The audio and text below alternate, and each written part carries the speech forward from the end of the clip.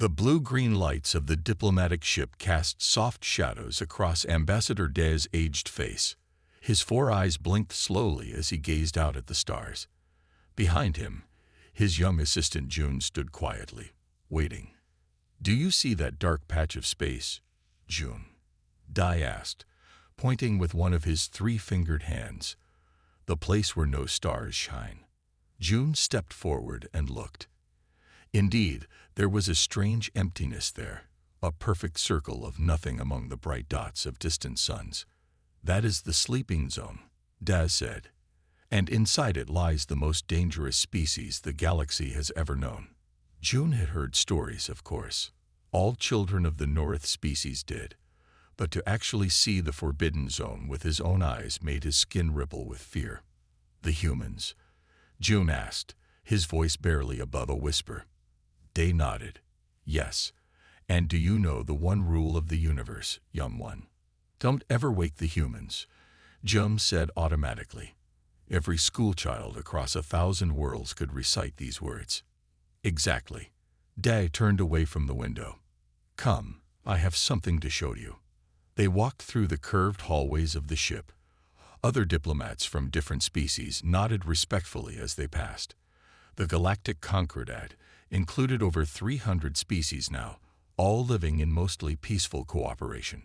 Day led June to a small private room. Inside was a simple stone box. The ambassador placed his hand on a scanner, and the box opened with a soft hiss. "This has been in my family for 12 generations," Day said. He carefully lifted out an old metal disc. "My great-grandfather was one of the few who survived direct contact with humans." June's eyes widened. He actually saw them. Fought them. Yes, before the stasis field was created, before the galaxy united to contain the threat. Dab pressed a button on the disk's edge. A hologram appeared above it. The image showed a creature that looked somewhat like many species in the Concordat, but also strangely different. It stood on 2 legs, had 2 arms, 1 head with 2 eyes, and no visible natural weapons. It didn't look dangerous. "They don't seem scary," Jun said. "That is what makes them so deadly," Day replied. "They look harmless. But my great-grandfather saw a single human kill 30 armed warriors using only simple tools. They think differently than any other species. Where we see limits, they see challenges. Where we accept nature's boundaries, they break them." The hologram changed to show a human settlement. Simple buildings, primitive vehicles. Then it shifted again to show humans in space, exploring their own system with basic ships. "This was them just before the stasis," Day explained. 4,000 years ago. They had barely left their planet, yet they had already developed weapons that could destroy worlds. Imagine what they would be like now if they had continued to advance. June shuddered. Why didn't the ancients just destroy them? Day sighed.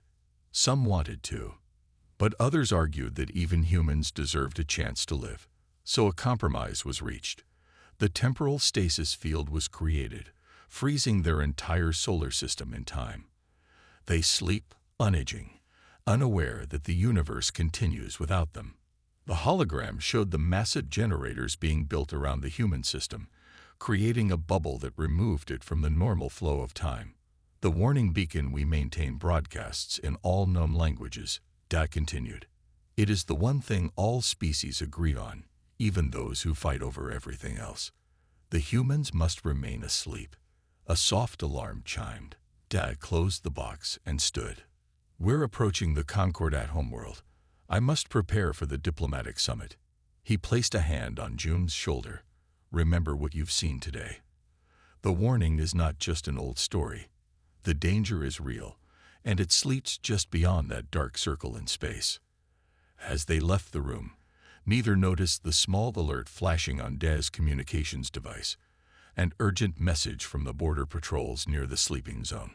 Someone was testing the boundaries of the stasis field. Admiral Hyun stood on the bridge of his flagship, the Eternal Glory. His tall, lean body was wrapped in the dark uniform of the Vector Imperium. 6 medals shone on his chest.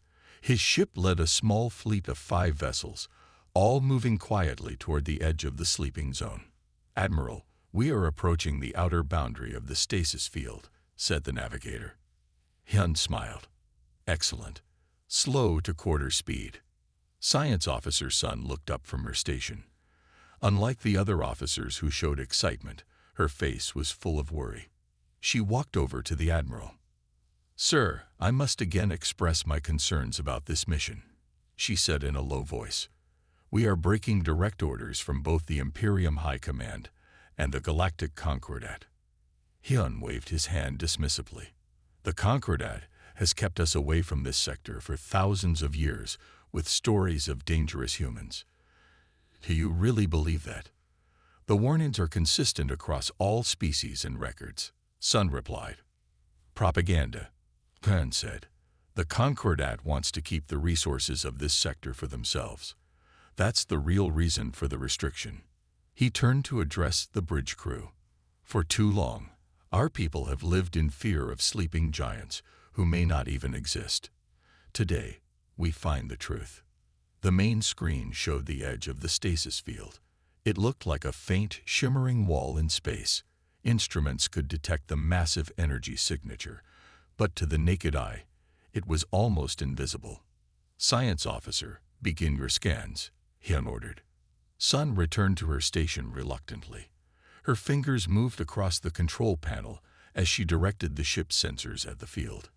"The barrier consists of layered temporal disruption waves," she reported.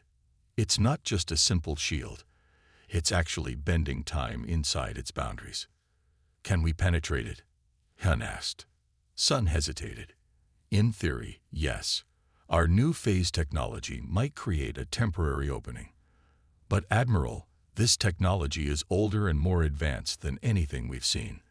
The beings who built this were far ahead of even our best scientists. Yet here we are, about to break through it," Hyun said with pride. "Prepare the phase disruptors." On the lower deck of the ship, engineers activated a strange device. It hummed with power as its components began to spin. Energy built up in its core, glowing brighter and brighter. Back on the bridge, Sun watched her instruments with growing alarm. "Admiral, I'm detecting automated defense systems activating on the field's outer layer. It knows we're here." "Of course it does. That's why we need to act quickly," Hyun said. "Fire the disruptors." A beam of pulsing energy shot from the eternal glory toward the stasis field. When it hit, the field rippled like water. For a moment, nothing else happened. "Did it work?" someone asked. Then a section of the field began to thin. A small tear appeared, barely large enough for a probe to pass through. "Success!" Hyun shouted. "Send in the probe." A small drone detached from the ship and flew toward the opening. As it passed through, alarms began to blare across all 5 ships. "What's happening?" Hyun demanded. Sun's face went pale as she read her instruments. "The field is reacting. It's sending out a signal. A powerful one. It's broadcasting on all frequencies across the galaxy. On thousands of worlds, ancient warning systems suddenly activated. In the Concordat headquarters, emergency lights flashed red. In Ambassador Daz's quarters, his communication device screamed with priority alerts. Inside the stasis field, something was changing. The perfect stillness that had lasted for thousands of years began to waver.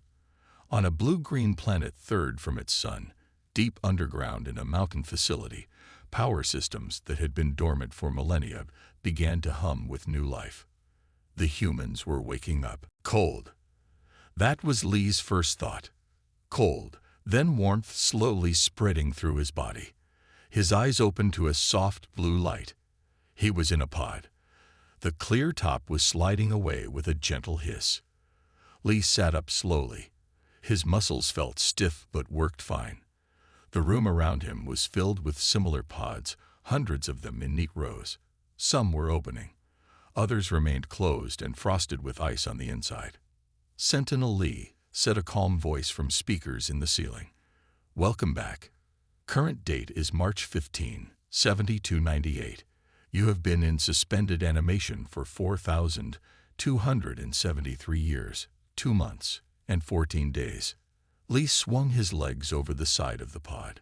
He wore a simple gray bodysuit. As he stood, he noticed that despite the thousands of years that had passed, he felt strong. "Status report," he said, his voice rough from disuse. "The stasis field surrounding Earth and the Sol system has been breached." The voice replied. "Automatic defense protocols have been activated. The Sentinel awakening sequence has begun." Lee walked to a nearby wall panel. He placed his palm on it, and the screen lit up with information. Earth had been placed in a temporal stasis field over 4,000 years ago. Time had essentially stopped for everyone on the planet. Now something had broken through that field. "Who else is awake?" Lee asked. "Sentinels Jin, Min, and General Park are in the final stages of awakening," the AI answered. "An additional 47 Sentinels are in the early stages." Lee heard a pod open nearby. A woman sat up, looking around with alert eyes. Jin. She had been the leading scientist on the Sentinel program for the stasis. "Lee," she called, recognizing him. "Is it time?" "Someone broke the field," he answered, walking over to help her stand. "We're waking up." Jin steadied herself, then moved to another pod where a man was already sitting up. Min had been their tactical officer. His eyes were already scanning the room, assessing the situation. "How many pods are active?" Min asked. "All of them," Lee said. "The full awakening protocol is running." Min's eyes widened. "All 5,000 Sentinels. This must be serious." A loud hiss came from a large pod at the end of the room. The three of them turned to watch as it opened. General Park, their commander, emerged. She was a small woman but carried herself with unmistakable authority. Her eyes were sharp and focused immediately. "Report," she ordered as she stepped down from the pod. "The stasis field has been breached," General Lee said. "We don't know by whom yet." Park nodded and walked to the main control station. The others followed. She placed her hand on the central panel, and a large screen on the wall activated.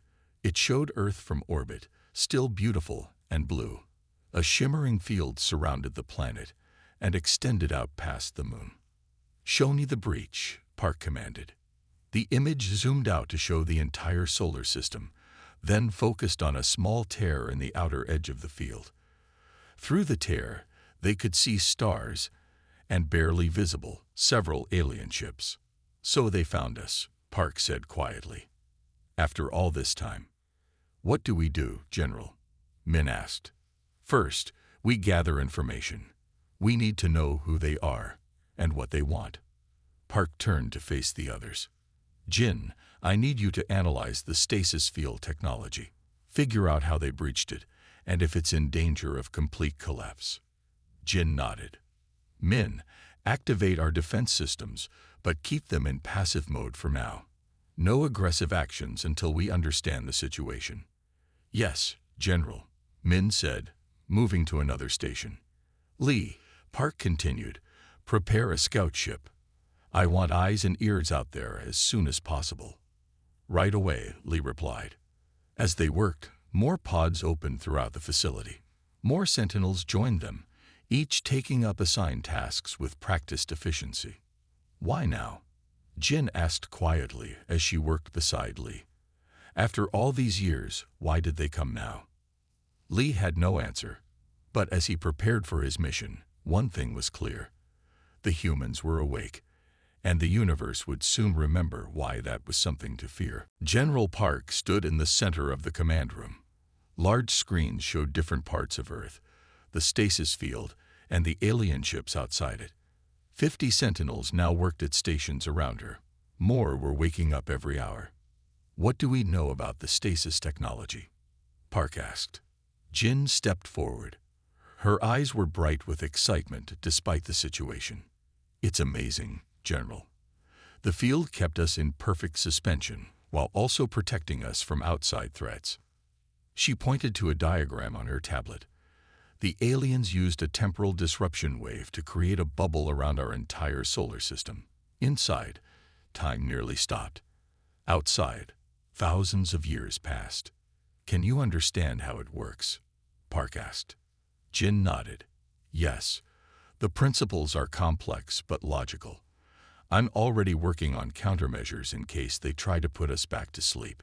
Min spoke up from his station. General, our defense systems are online. The orbital platforms still work perfectly. So do the lunar bases. Good, Park said. What about the breach? It's small but growing, Jin answered. The field is unraveling slowly from that point. I estimate we have about 72 hours before it collapses completely. Park turned to Lee, who stood quietly by the door. Time for your mission, Sentinel. I need eyes out there. Yes, General, Lee replied.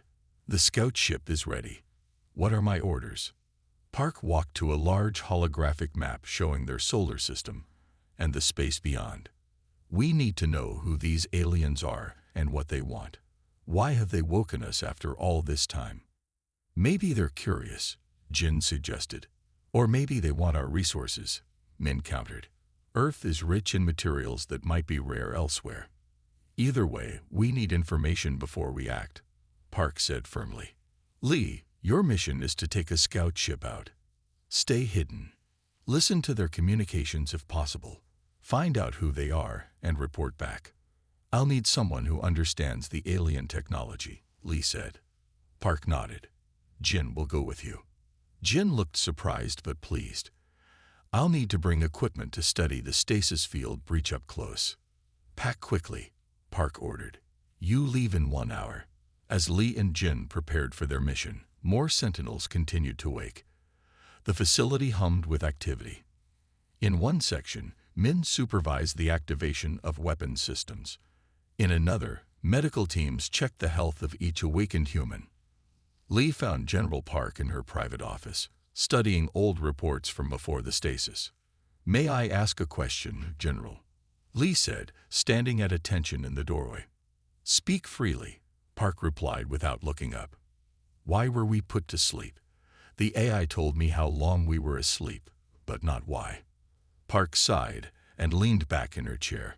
We weren't given a choice. The aliens came suddenly. They had technology far beyond ours. Instead of attacking, they simply paused us. But they left the sentinels in place, Lee noted. Why create us if they could have just destroyed Earth? That's one of the things you need to find out, Park said. Were we preserved as a museum piece, as a weapon to be used later, or was it mercy? We know almost nothing about the beings who did this to us. Lee nodded. We'll find answers. Be careful out there, Park warned. We have no idea how the galaxy has changed in 4,000 years. The enemies who put us to sleep might still be waiting. An hour later, Lee and Jin boarded the scout ship. It was small, designed for stealth rather than combat. As they prepared for launch, Jin studied the alien ships through the viewing port. They look so strange, she whispered. So different from anything we imagined. They're about to meet something they never imagined either, Lee said as he started the engines. Us. The ship slipped quietly from its underground hangar, beginning the first human mission to space in over 4,000 years. Ambassador Day rushed through the great halls of the Concordat headquarters. Emergency lights flashed everywhere. Aliens of many species ran in different directions. Some were shouting orders. Others looked scared. What's happening? June asked, struggling to keep up with Da. The worst possible thing, Day replied. Someone has broken the one rule. They entered the main chamber where hundreds of representatives from different worlds had gathered. A large screen showed the stasis field around the human system. The small tear was now clearly visible to everyone. The Concordat president, a tall being with 6 limbs and silver skin, stood at the center platform. Silence, she called. The room grew quiet. We have confirmed that the stasis field around the human system has been breached, she announced. Our sensors detect activity within. The humans are awakening. Panic spread through the room. Some representatives cried out in fear. Others demanded immediate military action.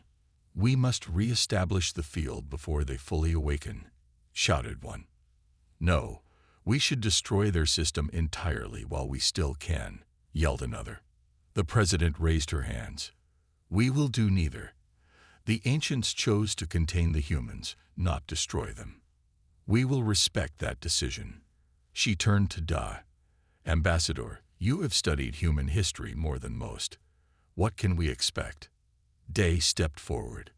If the stories are true, we can expect them to be confused, then curious, then possibly angry.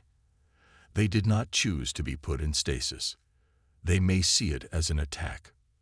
Then we must establish peaceful contact, the president decided.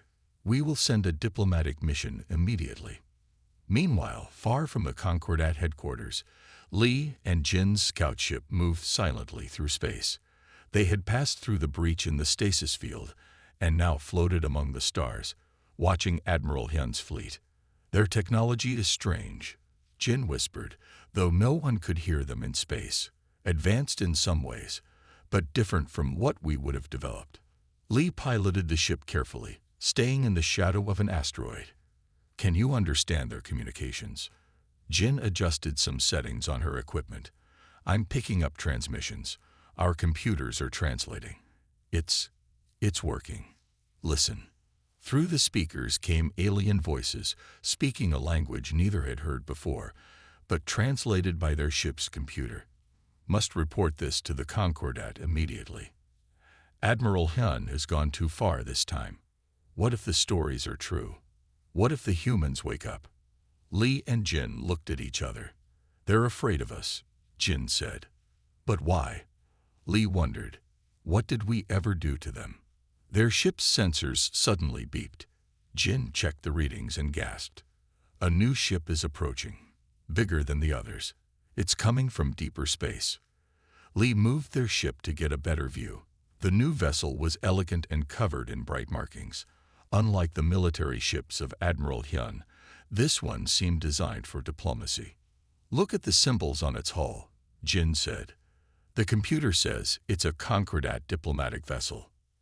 Concordat. What is that? Li asked. Before Jin could answer, their ship shuddered. A beam of energy had caught them, not damaging their ship but holding it in place. They've spotted us. Li tried to break free, but the tractor beam was too strong. The diplomatic vessel pulled their small scout ship toward a docking bay. Li reached for the weapons controls, but Jin put her hand over his. Wait, she said. They're not attacking. This might be our chance to learn something. Or our chance to be captured, Li argued. We're already captured, Jin pointed out. Let's see what they want. As their ship was drawn into the alien vessel, they saw strange beings waiting in the docking bay. Among them stood Da and Jun, their 4 eyes wide with a mixture of fear and wonder at seeing actual humans for the first time. Ready? Li asked, checking his sidearm. Jin nodded, her face determined. Let's meet our jailers. The airlock opened, and for the first time in over 4,000 years, humans came face to face with the galaxy that had feared them for so long. Li stepped out of the airlock first, his hand near his weapon but not drawing it. Jin followed close behind. They faced a group of aliens who stepped back nervously when the humans appeared. Ambassador Day forced himself to step forward. His 4 eyes blinked rapidly, a sign of his fear. But he had been chosen for this task because of his knowledge of humans. We welcome you, Day said, his translator converting his words to English. I am Ambassador Dai of the Galactic Concordat. Li looked at the strange being, so different from anything he had ever seen. I am Sentinel Li of Earth. This is Scientist Jin. Why have you captured our ship? Jun whispered to Dai. They don't look violent. They look normal. Day nodded slightly. We did not mean to capture you.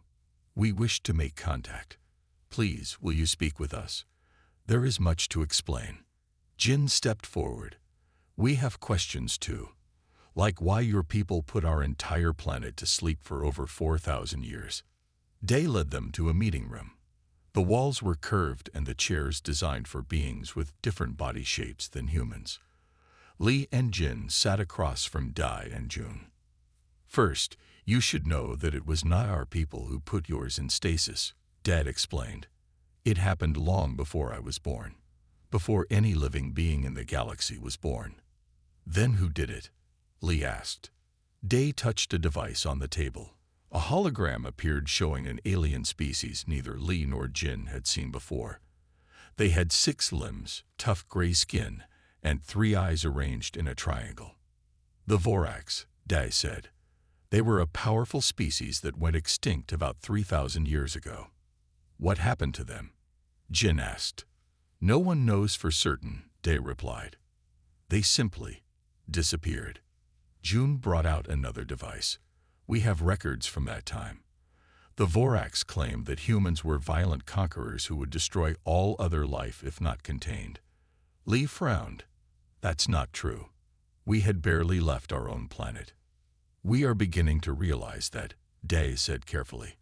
Our historians have found inconsistencies in the records. The Voraks may have lied. Jin leaned forward. Why would they do that? Day and June looked at each other. The Voraks were expanding quickly, June explained. They wanted to be the dominant species in the galaxy. Perhaps they saw humans as future rivals. So they locked us away and told everyone we were monsters, Lee said, anger in his voice, and created the rule, don't ever wake the humans, Jin added. Day nodded sadly. For thousands of years, all species believed this story. The warning was passed down through generations. As they talked, a message came through to Day's communication device. His eyes widened as he read it. What is it? Lee asked. Admiral Hyun of the Vector Imperium has established a blockade around your solar system, Day said. He is claiming the awakening of humans is a threat to galactic security. But you just said the stories about us were lies, Jin protested. We believe they may be, Day corrected. But Admiral Hyun and many others still believe humans are dangerous. The Vector Imperium has been looking for an excuse to expand their territory. They may use this situation to start a war. Lee stood up. We need to get back to Earth. General Park needs to know about this. If your people take aggressive action, it will only confirm what many believe about humans, Day warned. Jin looked thoughtfully at the hologram of the extinct Voraks. These beings framed us, then disappeared mysteriously 3,000 years ago. Doesn't that seem strange to you? Back on Earth, General Park stood in the command center. The large screen showed red dots surrounding their solar system. Each dot was an alien ship. How long has it been since Lee and Jin left? She asked. 26 hours, Min answered. They should have reported back by now. Park's face remained calm, but her eyes showed worry. They may have been captured, or worse. What are your orders, General? Min asked. Park studied the screens showing the alien blockade. More ships arrived every hour. We can't wait any longer. Activate the orbital defense platforms. Min nodded and typed commands into his console. Deep in space, hidden platforms that had been dormant for thousands of years began to power up. Lights flickered on as weapons systems came online. On Admiral Hyun's flagship, alarms suddenly blared. Science Officer Sun rushed to her station. Admiral, we're detecting energy signatures from within the human system, she reported. Their defensive systems are activating. Hyun smiled. So the stories were true. The humans are preparing to attack. Sir, these are defensive positions only, Sun pointed out. They haven't targeted our ships. Not yet, Hyun said. But they will. Send word to the fleet. Prepare all weapons. On the Concordat diplomatic vessel, Day had made his decision. He stood before the Concordat council members on a holographic call. I believe the humans are victims of an ancient deception, he told them. We must help them return to their planet and prevent Admiral Hyun from starting a war. The Concordat president looked troubled. Your evidence is interesting, Ambassador, but not conclusive. And helping the humans return could be seen as taking sides. If we do nothing, millions may die, Day argued. Lee and Jin waited outside the communication room. They couldn't understand the alien language being spoken. Do you think they'll help? Admiral Hyun paced on his bridge. The human defense platforms glowed with power on his screens. They're just sitting there, he muttered. Why don't they attack? Perhaps they don't want to fight, Sun suggested quietly. Hyun laughed. The stories say humans live for battle. They're probably waiting for more of their weapons to come online. He turned to his weapons officer. Target their main platforms. Prepare to fire.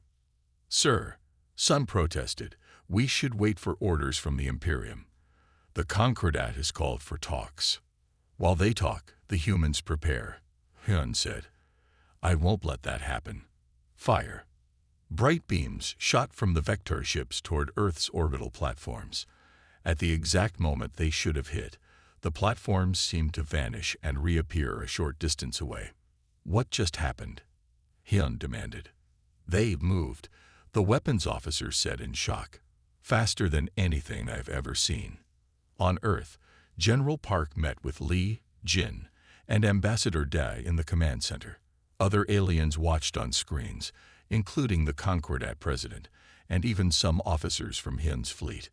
Show them, Park ordered. Jin stepped forward. We found files in an ancient Vorax database. They're not the original builders of the stasis technology. They stole it from another species they wiped out. And they didn't put humans to sleep because we were dangerous. She pulled up images on the screen. They did it because they feared what we might become. Look at these projections they made of human development. The screen showed timelines where humans advanced quickly in space technology, medicine, and energy generation. Far faster than the Vorax themselves. The Vorax knew that in a few hundred years we would surpass them, Jin explained. So they locked us away and told everyone we were monsters. That doesn't explain what happened to the Vorax, Dae said. Before Jin could answer, alarms blared. On the screens, they saw Hyun's ships firing at the defense platforms. They're attacking, Min shouted. Evasive patterns, Park ordered calmly. No return fire yet. The platforms moved with incredible speed, dodging the alien weapons with ease. How are they doing that? Dae asked in amazement. Human programming, Lee explained. Our computers think differently than yours. They'd predict patterns better. On his ship, Admiral Hyun grew frustrated. Why can't we hit them? Fire everything. All his ships attacked at once. The human platforms continued to evade, never firing back. This made Hyun even angrier. They're mocking us, he shouted. Science Officer Sun had been thinking. Sir, I believe I've found a weakness in their defense network. There's a gap in their sensor coverage here. She pointed to a spot on the screen. Hyun smiled. Good work. Prepare our planet killer weapon. We'll fire it through that gap. Sun's eyes widened. Sir, that would destroy their entire planet. Billions will die. Better them than us, Hyun said coldly. Unknown to Hyun, his communications officer had left an open channel. Everyone in the Earth Command Center heard his orders. Ambassador Dae turned to Park in horror. He's going to destroy your planet. Park remained calm. No, he's not. She nodded to Min, who pressed a button. For the first time, the human platforms fired, but not at the fleet's ships. Instead, precision beams hit only the weapons systems on each vessel, disabling them with surgical accuracy. Han's crew stared in shock. The humans could have destroyed them at any time. Instead, they had simply disabled their ability to attack. In the silence that followed, Sun made a decision. She stepped away from her station and addressed the bridge crew. Admiral Hyun has ordered us to commit genocide against a species that has shown restraint despite our attack. I relieve him of command under Article 7 of the Imperium Code. Several officers moved to stand with her. Hyun looked around in shock as his own crew turned against him. Admiral Hyun was not ready to surrender. As his officers turned against him, he lunged for the emergency controls. If I die, I'm taking the humans with me, he shouted, activating the self-destruct sequence on his planet killer weapon. Red lights flashed across the bridge. A computerized voice announced, "Weapon overload in 60 seconds." Sun turned to the communication screen where the humans could see what was happening. "The weapon will explode. It has enough power to crack your planet's crust." In the Earth Command Center, Jin quickly analyzed the data streaming in from their sensors. "She's right. If that weapon explodes this close to Earth, the damage will be catastrophic." "Can we shoot it down?" Park asked. Min shook his head. "Not safely. The explosion would still affect us." Lee stepped forward. "Let me take a ship up. I might be able to disable it manually." "There's no time," Jin said. Ambassador Da had been quietly watching the humans work. Now he spoke up. "There may be another way. The stasis technology." All eyes turned to him. "We could create a small stasis field around the weapon," Dad explained. "It would freeze the explosion in time." Jin's eyes widened. "That could work. But we'd need to modify one of our ships immediately." "I'll help," Sun offered through the communication link. "I understand the weapon systems." Park made her decision quickly. "Do it." Lee and Jin rushed to prepare a ship.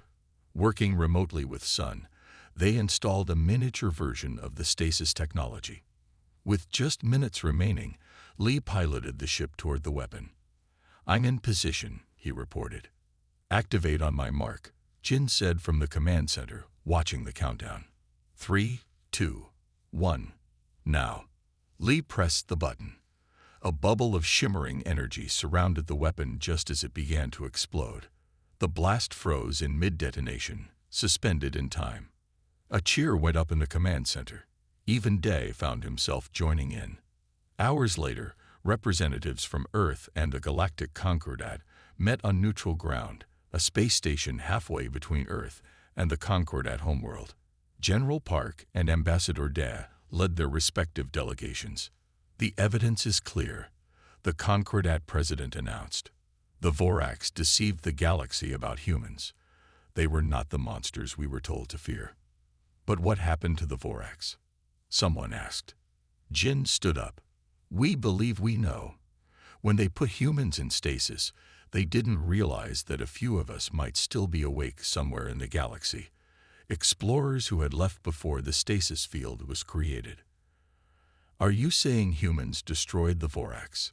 Day asked. "No," Jin said. "We're saying humans probably exposed their lies to other species. The Voraks weren't destroyed. They were overthrown by their own allies once the truth came out." Park stepped forward. "What matters now is the future.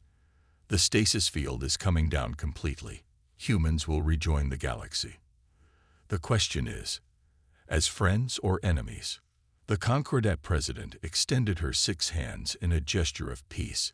"As friends, we hope."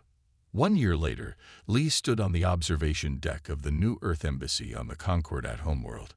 Jin and Dad joined him, watching ships from dozens of worlds arrive for the first Galactic Unity Summit. "Did you ever imagine this when you woke up?" Jin asked. Lee shook his head. "Never. I expected war, not peace talks." "The old rule was don't ever wake the humans," Daz said. "Perhaps we should be grateful someone broke it." "What's the new rule?" Lee asked with a smile. "Don't underestimate humans," Jin suggested. "No," Daz said thoughtfully. "I think it's don't fear what you don't understand." If the galaxy had tried to understand humans instead of fearing them, we could have had 4,000 more years of friendship. As they watched, a ship from Earth docked at the station, bringing more human representatives to join galactic society. The universe had learned its lesson. Fear led to mistakes, but understanding led to peace. The humans were awake, and the galaxy was better for it.